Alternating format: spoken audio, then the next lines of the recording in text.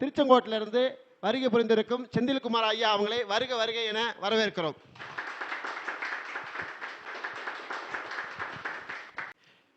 வடிவேல் ஐயா அவங்க தலைமையிலையும், அதாவது விஜயன் ஐயா அவங்க தலைமையிலையும் செந்தில்குமார் ஐயா சிறப்புரையாற்ற வருக வருகை என வரவேற்கிறோம். அகத்தியர ஜோதிட வித்யாலயா அறக்கட்டளை நடத்தும் 24வது மாநாடு கருத்துக்கு வருகை புரிந்துள்ள ஜோதிடர்கள் மற்றும் ஜோதிட சொந்தங்கள் அனைவரையும் வருக வருக என அன்புடன் வரவேற்கிறேன். எனக்கு கொடுத்திருக்கும் தலைப்பானது திருமண வாழ்க்கை சிறப்பாக இருக்க மற்றும் எதனால் பிரிவினை ஏற்படுகிறது மற்றும் திருமண வாழ்க்கை சிறப்பாக இருக்க எளிய பரிகாரங்கள் என்ற தலைப்பை கொடுத்துள்ளார்கள். அந்த தலைப்பை நான் பேச உள்ளேன். ஒருவருடைய ஜாதகத்தில் திருமண வாழ்க்கை குறிக்கக்கூடிய பாவம் எதுனா 7ஆம் பாவம். அப்போ இந்த 7ஆம் பாவம் நன்றாக இருந்தால் தான் ஒருவருடைய வாழ்க்கை திருமண வாழ்க்கை மிக சிறப்பாக இருக்கும். அதே மாதிரி பார்த்திங்கன்னா ஆணுடைய ஜாதகத்தில் சுக்கிரன் நன்றாக இருக்க வேண்டும். அதே பெண்ணுடைய ஜாதகத்தில் செவ்வாய் நன்றாக இருக்க வேண்டும். அப்படி இருந்தால் தான் அவங்களுடைய வாழ்க்கை மிக சிறப்பாக இருக்கும். அது ஒருவருடைய ஜாதகத்தில் 7ஆம் பாவத்தில் குரு இருந்தாலும் அவங்களுடைய திருமண வாழ்க்கை பாதிக்கப்பட்டிருக்கும். அதே மாதிரி குரு 2ஆம் பாவத்திலும் 12ஆம் பாவத்திலும் குரு இருந்தாலும் அவங்களுடைய திருமண வாழ்க்கை பாதிக்கப்பட்டதாம் இருக்கும். ஒருவருடைய ஜாதகத்தில் குரு சந்திரன் 12லேயோ அல்லது 7ஆம் பாவத்திலேயோ அல்லது 2ஆம் பாவத்திலேயோ இரு கிரகங்கள் சேர்க்கை ஏற்பட்டு அந்த பாவத்தில் இருந்தாலும் அவைகளுக்கு திருமண வாழ்க்கை பிரச்சனையாக தான் இருக்கும். அடுத்து 7ஆம் பாவ அதிபதி 6, 8, 12 ஸ்தானங்களிலே அந்த கிரகம் அமர்ந்திருந்தால் அவங்களுக்கும் திருமண வாழ்க்கையில் பிரிவினை ஏற்படுத்தும். அது பிரச்சனையாக அமையும். அடுத்ததாக இந்த 7ஆம் பாவ அதிபதி வேதையனுடைய சாரத்தில் கிரகங்கள் அமைந்திருந்தாலோ திருமண வாழ்க்கையில் பிரச்சனை ஏற்படுத்தும். அதே மாதிரி பார்த்திங்கன்னா ஒரு லக்னத்திற்கு 12 குடைவன் 7ஆம் பாவத்தில் இருந்தாலும் அவங்களுக்கு திருமண வாழ்க்கையில் பிரச்சனைகளை ஏற்படுத்தும். அடுத்ததாக இந்த சர லக்னத்திற்கு 11ஆம் பாவாதிபதி 7ஆம் பாவத்தில் அமர்ந்திருந்தாலோ அல்லது 2ஆம் பாவத்தில் அமர்ந்திருந்தாலும் அவைகளுக்கு திருமண வாழ்க்கையில் பிரச்சனைகளை ஏற்படுத்தும். அதே ஆணுடைய ஜாதகத்தில் சுக்கிரன் கேது சேர்க்கை ஏற்பட்டிருந்தாலும் திருமண வாழ்க்கையில் பிரச்சனை கொடுக்கும். அதே பெண்ணுடைய ஜாதகத்தில் செவ்வாய் கேது இரு கிரகங்களும் சேர்ந்து எந்த பாவத்தில் அமர்ந்திருந்தாலும் அவைகளுக்கு திருமண வாழ்க்கையில் கொஞ்சம் பிரச்சனையாக தான் இருக்கும். அதே 7ஆம் பாவாதிபதியும் 2ஆம் பாவாதிபதியும் முடக்கு தோஷம் இருந்தாலும் அவங்களுடைய திருமண வாழ்க்கையில் பிரச்சனையும் பிரிவினைகளையும் ஏற்படுத்தும். அதே மாதிரி பார்த்திங்கன்னா 7ஆம் பாவாதிபதி கேதுடைய சாரத்தில் இருந்தாலும் சரி அவைகளுக்கு பிரச்சனைகளை ஏற்படுத்தும். ஸோ இந்த மாதிரி கிரகங்கள் அந்த ஒருவருடைய ஜாதகத்தில் அமைந்திருந்தால் கண்டிப்பாக அவங்களுக்கு திருமண வாழ்க்கையை பிரச்சனை கொடுக்கும். அப்போது நம்ம பொருத்தம் பார்க்கறதுக்கு முன்னாடியே இந்த இருவருடைய ஜாதகத்தை பார்த்து நமக்கு இவங்க இருவருக்கும் திருமண வாழ்க்கை எப்படி இருக்கும், கிரகங்கள்லாம் எப்படி அமர்ந்திருக்கு, முடக்கு தோஷம் இருக்கா, 7ஆம் பாவம் சிறப்பாக இருக்கா, 2ஆம் பாவம் சிறப்பாக இருக்கா அப்படிங்கிற முதல்ல பார்த்துட்டு அந்த தோஷங்களை நிவர்த்தி பண்ணிட்டு தான் நம்ம திருமணம் செய்ய வேண்டும். அதே மாதிரி ஒருவருடைய ஜாதகத்தில் இந்த 2ஆம் பாவாதிபதி 7ஆம் பாவாதிபதி 12ஆம் பாவாதிபதி அப்போது இந்த பொருத்தம் பார்க்கும்பொழுதே இருவருடைய ஜாதகத்திலும் அந்த கிரகங்கள் 6, 8, 12 மறையக்கூடாது. அப்படி அது இருவருக்கும் அந்த பிரிஞ்சு இருந்ததுன்னா 6, 8, 12 மறைந்திருந்தாலோ கண்டிப்பாக அவங்களுக்கு திருமண வாழ்க்கையில் ஒரு பிரச்சனை தான் கொடுக்கும். ஸோ இந்த மாதிரி நீங்கள் திருமண பொருத்தம் பார்த்தும் பொழுது இதெல்லாம் பார்த்து அதுக்குண்டான எளிய பரிகாரம் செஞ்சதுக்கப்புறம் திருமணம் செய்யுங்க. 7ஆம் பாவாதிபதி 6, 8, 12 மறைஞ்சிருந்துச்சா அவங்க மிகப்பெரிய கிராண்டாக திருமணம் செய்யாதீங்க. அது செஞ்சீங்கன்னா அவங்களுடைய திருமண வாழ்க்கையை பிரச்சனை தான் கொடுக்கும். அதே மாதிரி இந்த மாதிரி நீங்கள் பார்த்துட்டு எளிய பரிகாரம் செய்யுங்க. சரிங்க சார், ஓகே, இந்த மாதிரி அமைஞ்சிருச்சு, இப்போ திருமணம் நடந்துருச்சு, என்ன பண்ணுறது, வாழ்க்கை சிறப்பாக இருக்க எளிய பரிகாரம் என்ன செய்யலாம் அப்படின்னா, ஒருவருடைய ஜாதகத்தில் 7ஆம் பாவாதிபதி 6, 8, 12 மறைஞ்சிருந்தா நீங்கள் என்ன பண்ணுங்கன்னா வெளியூரில் திருமணம் செய்யுங்க. அதேமாரி கல்யாணம் ஆன பிறகு வெளியூரில் குடி போயிருங்க. சொந்த ஊரில் இருந்தீங்கன்னா கண்டிப்பாக அவங்களுடைய திருமண வாழ்க்கையே சிறப்பாக இருக்காது. அதே மாதிரி அடுத்ததாக பார்த்திங்கன்னா 7ஆம் பாவாதிபதி என்ன நட்சத்திரம் நிற்கிறதுன்னு பாருங்கள். வதை நட்சத்திரம், விபத்த நட்சத்திரம், ஜென்ம நட்சத்திரம் இந்த மாதிரி நின்னாலும் திருமண வாழ்க்கை சிலருக்கு பாதிப்பு ஏற்படுத்தும். அப்போது அந்த நட்சத்திரடைய காரகத்துவத்தை நாம் தான தர்மங்கள் நிறைய செய்யும் பொழுது கண்டிப்பாக திருமண வாழ்க்கை மிக சிறப்பாக இருக்கும். அதே ஒரு பெண்ணுடைய ஜாதகத்தில் ஃபார் எக்ஸாம்பிள் துலாம் லக்னம். அப்போ அந்த துலாம் லக்னத்திற்கு 7ஆம் அதிபதி யாருன்னு கேட்டிங்கன்னா செவ்வாய். அவருடைய கேது சாரத்தில் பெற்றிருந்தால் கண்டிப்பாக அவர்களுக்கு திருமண வாழ்க்கையை பிரிவினை தான் கொடுக்கும். இப்படி தான் ஒரு கிளைண்ட்டு, அந்த பெண்ணுடைய ஜாதகம் துலாம் லக்னம். அப்போது 7ஆம் பாபாதிபதி வந்து செவ்வாய். அவங்க வந்து பார்த்திங்கன்னா மிதுனத்தில் செவ்வாயுடன் கேது சேர்க்கை ஏற்பட்டிருக்கு. அப்போது அவங்களுக்கு டைவர்ஸ் ஏற்பட்டுச்சு. அப்போது நம்மக்கிட்ட திருமணம் பார்த்தாங்க, ஜாதகம் பார்த்தாங்க. அப்போ நான் சொன்ன பரிகாரம்னா செவ்வாய் கேதும் சேர்க்கை ஏற்பட்டிருக்கு. அப்போது என்னென்னா செவ்வாய்க்கிழமை கேதுனா விநாயகரை குறிக்கக்கூடியது. அதே மாதிரி செவ்வாய்க்கிழமை யமகண்ட நேரத்தில் விநாயகர் ரிவேஸில் சுற்றுங்க. தொடர்ந்து வந்து 8 முறை 8 தடவை, அதாவது 8 வாரம் தொடர்ந்து சுற்றுங்க, 8 முறை சுற்றுங்கன்னு சொன்னேன். ஸோ அவங்க கண்டிப்பாக அதை செஞ்சாங்க. இப்போ திருமணம் ஆயிடுச்சு. ஸோ ஒரு பெண் குழந்தை பிறந்திருக்கு. ஸோ இந்த மாதிரி நீங்கள் ஒரு கிரகம் எந்த நட்சத்திரத்திலோ எந்த கிரகத்தோட சேர்க்கை பெற்றிருக்கோ அப்படிங்கிற பார்க்க வேண்டும். அதேமாரி ஆணுடைய ஜாதகத்திலும் அப்படி தான். இப்போ ஒரு ஆணுடைய ஜாதகத்தில் இப்போ மேஷ லக்னம். அப்போ மேஷ லக்னத்திற்கு 7ஆம் பாவாதிபதி யாருன்னா சுக்கிரன். அவரு வந்து கேதுடைய சேர்க்கை ஏற்பட்டிருக்கு. அவர் கேதுடன் சேர்க்கை ஏற்பட்டு 12ல் மறைஞ்சிருக்கு. அப்போ நான் என்ன சொன்னேன் அப்படின்னு கேட்டிங்கன்னா, அவங்களுக்கு வந்து இதே மாதிரி தான் அவங்களுக்கு டைவர்ஸ் ஆயிடுச்சு. ஸோ நம்மக்கிட்ட டைவர்ஸ் ஆகி அடுத்த வரன் பார்க்கறதுக்காக ஜாதகம் வந்தாங்க. சார் எப்போ திருமணம் ஆகும் அப்படின்னு கேட்டாங்க. அப்போ என்னென்னா, இப்போ அந்த சுக்கிரன் கேதுக்கு பரிகாரம் செய்யணும். அப்போ என்ன பண்ணணும், வெள்ளிக்கிழமை யமகண்ட நேரத்தில் விநாயகர் வந்து ரிவேஸில் சுற்றணும். சுக்கிரனா தமிழ் நும்ராஜ் பிறகு தான் நம்ம எடுத்துக்கணும். சுக்கிரனா 9ஆம் நம்பர். அப்போது யமகண்ட நேரத்தில் வெள்ளிக்கிழமை யமகண்ட நேரத்தில் 9 வாரம் 9 முறை சுற்றணும். அப்போ சுற்றும்போது அந்த தோஷங்கள் நிவர்த்தி பாயிரும். அதே மாதிரி வந்து மகாலட்சுமிக்கு தாமரை பூ, ஏன்னா சுக்கிரனா மகாலட்சுமி குறிக்கக்கூடியது, கேதுனா மாலையை குறிக்கக்கூடியது. அப்போது வெள்ளிக்கிழமை நீங்கள் சுக்கிர ஹோரையில் மகாலட்சுமிக்கு தாமரை மாலையை சாத்துங்க சொன்னேன். அவங்க தொடர்ந்து இது செஞ்சுக்கிட்டு வந்தாங்க. கண்டிப்பாக அவங்களுக்கு திருமணம் நடந்துருச்சு. அதே மாதிரி இப்போ பார்த்தீங்கன்னா இது மிதுன லக்னம். இந்த மிதுன லக்னத்திற்கு 7ஆம் பாவத்து வந்து 7ஆம் பாவத்துன்னு தனுஷ். அப்போது 12ஆம் வீட்டுக்குடிவன் சுக்கிரன் வந்து பார்த்திங்கன்னா 7ஆம் பாவத்தில் போய் உட்காந்துருக்காங்க. அதே மாதிரி வந்து பார்த்திங்கன்னா 2ஆம் பாவதி சந்திரனும் சேர்க்கை ஏற்பட்டிருக்காங்க. அப்போது இந்த சுக்கிரன் சந்திரன் சேர்க்கை ஏற்பட்டிருக்கு.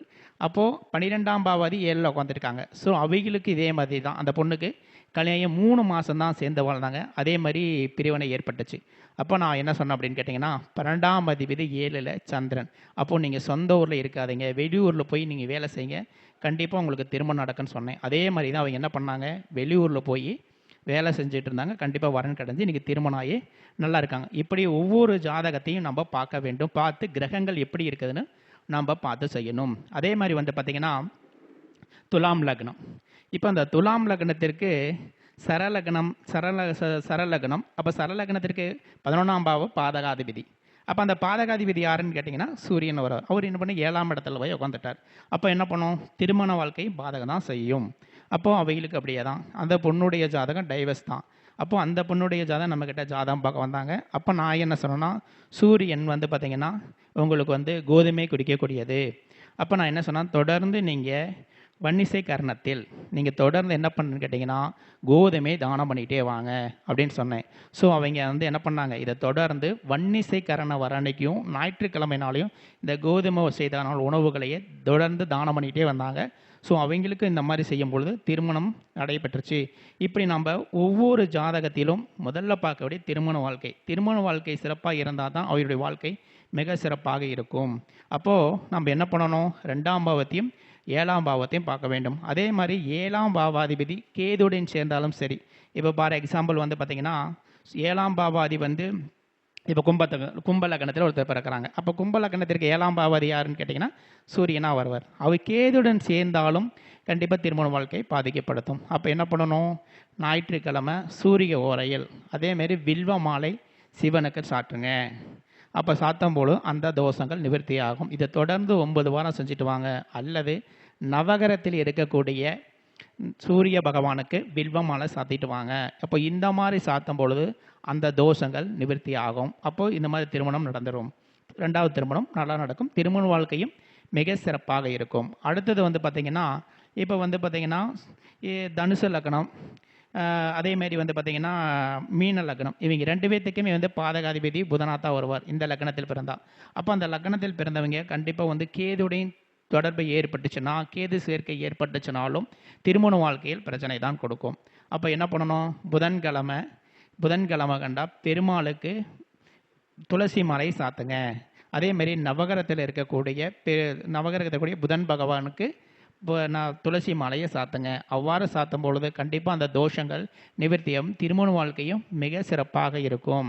இப்போ ஒவ்வொரு ஜாதகத்திலும் 7ஆம் பாவாதிபதி என்ன நட்சத்திரத்தை நிற்கிறான் பார்க்கணும். இப்போ வந்து பார்த்தீங்கன்னா ஃபார் எக்ஸாம்பிள் ஒரு சிம்ம லக்னத்திலே பிறக்காங்க. அப்போ சிம்ம லக்னத்திற்கு 7ஆம் பாவாதிபதி யாருன்னு கேட்டிங்கன்னா சனி பகவான் வராரு. அப்போ அந்த சனி பகவான் வந்து உங்கள் நட்சத்திரத்திற்கு என்ன தாராபலன் வாங்கியிருக்கான்னு பாருங்கள். இப்போ வந்து பார்த்தீங்கன்னா விபத்து தாரையாக இருக்குது அப்படின்னா நீங்கள் என்ன பண்ணீங்கன்னா உங்கள் ஜென்ம நட்சத்திரத்தை பார்த்து தாராபலன் பார்த்து விபத்து தாரையாக இருந்தாலும் திருமண வாழ்க்கையில் பிரச்சனை தான் கொடுக்கும். அப்போது அந்த நட்சத்திரடைய உணவுப் பொருள் உங்கள் ஜென்ம நட்சத்திர தாராபலன் கரெக்டாக இருந்தால் அந்த உணவுப் பொருள் எடுத்துங்க, இல்லைன்னா அதை தானம் செய்யுங்க. அப்போ தான் திருமண வாழ்க்கை மிக சிறப்பாக இருக்கும். அதேமாரி 7ஆம் பாவாதிபதி வேதக நட்சத்திரத்துடைய சாரத்தில் இருந்துச்சுன்னா கண்டிப்பாக உங்களுக்கு பிரச்சனை கொடுக்கும். அதே சிம்ம லக்னத்திற்கு 7ஆம் பாவாதிபதி வந்து பார்த்திங்கன்னா ஒரு செவ்வாயுடைய நட்சத்திர சாரத்தில் போய் நின்றுச்சுன்னு வச்சிங்களே, ஒரு சித்திர நட்சத்திரத்திலேயோ அல்லது மிருகசீரிச்ச நட்சத்திரத்தில் இருந்தோ அது வந்து வேதகனாக வருவார் செவ்வாய். அப்போ என்ன பண்ணணும்? செவ்வாயுடைய துவரம் பருப்பை நீங்கள் தொடர்ந்து தானம் பண்ணிக்கிட்டு வரும்பொழுது அதே மாதிரி வந்து செவ்வாழைப்பழம், இதுவும் செவ்வாய் குறிக்கடி தான். அப்போ நீங்கள் இந்த மாதிரி தானம் செய்யும்பொழுது நிச்சயம் உங்களுடைய திருமண வாழ்க்கை மிக சிறப்பாக இருக்கும். அதே மாதிரி வந்து பார்த்திங்கன்னா இப்போ திருமண வாழ்க்கை 7ஆம் பாவாதிபதி 6, 8, 12 மறைஞ்சதான் அடிக்கடி நீங்கள் என்ன பண்ணுன்னா கோயில் நடக்கக்கூடிய திருக்கல்யாணத்துக்கு சேவை செய்யுங்க. அந்த பூஜையில் நீங்கள் கலந்துக்குங்க.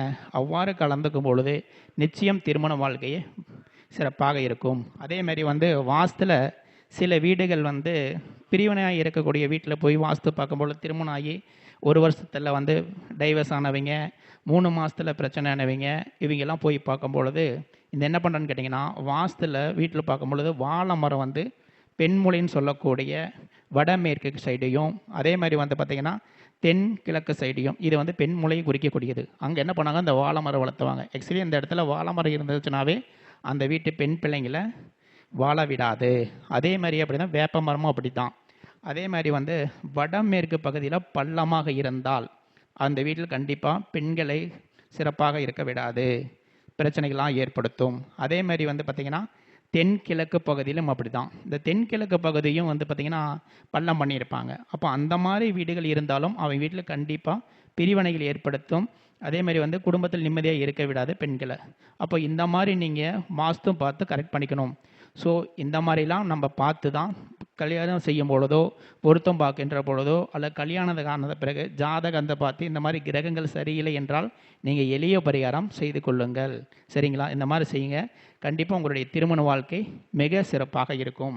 அதேமாதிரி என்னிடம் ஜாதகம் பார்க்கணும் மற்றும் வாஸ்து பார்க்கணும்னா என்னுடைய நம்பர் வந்து 98 657 57 189. இன்னொரு நம்பர் 95 85 42 22 04. ஸோ இது வரைக்கும் எனக்கு பேச வாய்ப்பு கொடுத்த அகத்தின் ஜோதிடக்கட்டை நிர்வாகனர் மற்றும் ரவி ஜெயக்குமாரை நன்றியை தெரிவித்துக் கொள்கிறேன். நன்றி, வணக்கம்.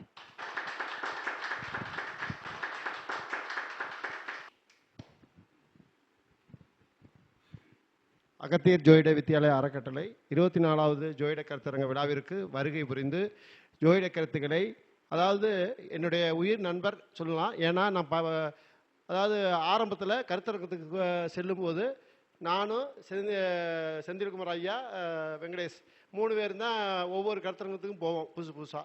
அப்படி போகிற இடையில வெங்கடேஷ் ஐயா மூலம் தான் ஒரு கருத்தரங்கத்துக்கு பேசுகிறதுக்கு வாய்ப்பு கிடச்சிது எங்களுக்கு. அந்த அடிப்படையில் தான் ஒரு கருத்தரங்கத்தில் 3 பேருமே ஜாயின் பண்ணி அதில் இது பண்ணோம். அந்த 3 பேருக்கும் அந்த கருத்தரங்கத்தில் செயல்பாடு ஒத்து போகாமல் 3 பேரும் வெளியே வந்துட்டோம். அதுக்கப்புறம் 3 பேரும் சேர்ந்து என்ன செஞ்சாங்க, 2 பேரும் சேர்ந்து என்னை நீங்கள் கருத்தரங்க வையா அப்படின்னு சொல்லி தூண்டுதல் பண்ண அவங்களால தான் இந்த இடத்துக்கு வந்திருக்கேன் இன்றைக்கி. ஸோ அது நினைக்கணும் கண்டிப்பாலுமே.